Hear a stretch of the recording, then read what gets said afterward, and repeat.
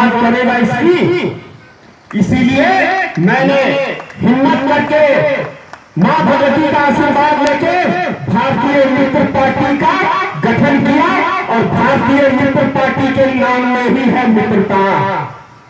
हमें हिंदू की जरूरत है, हमें मुसलमान की जरूरत है, हमारे दलित समाज की जरूरत है, हमें सिख की जरूरत है, ईसाई की जरूरत है।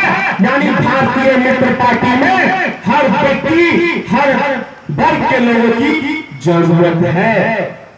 तभी हमारा ये सपनों की, ये सोने की चिड़िया जो हम कहते थे भारत को, तभी हमारा ये मुल्क फिर से सोने की चिड़िया कहलाने लगेगा, जब हम सब मिलके एक मंच पे आएंगे और जहां पे कोई जातिवाद की गुंजाइश नहीं रहेगी।